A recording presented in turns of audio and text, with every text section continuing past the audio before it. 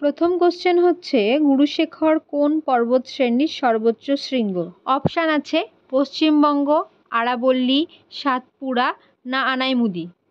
সঠিক উত্তর হচ্ছে আরাবল্লী। এইবার আমরা পরের কোশ্চেনে চলে যাব। পরের কোশ্চেন আছে, এ প্যাসেজ টু ইন্ডিয়া বইটি কার লেখা? Nirajchandra Chowdhury, E.M. Forster, Ruskin Bond নাকি রুডিয়ার্ড কিপলিং? এখানে উত্তর হবে E.M. ফস্টার।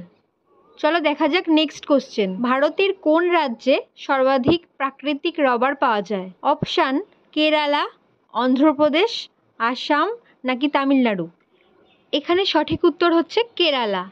পরের কোশ্চেন হচ্ছে, কোন স্থানে গৌতম বুদ্ধের মহাপ্রয়াণ হয়েছিল? অপশান কুশিনগর, কটক, লুম্বিনী নাকি বৈশালী? সঠিক উত্তর হচ্ছে কুশিনগর।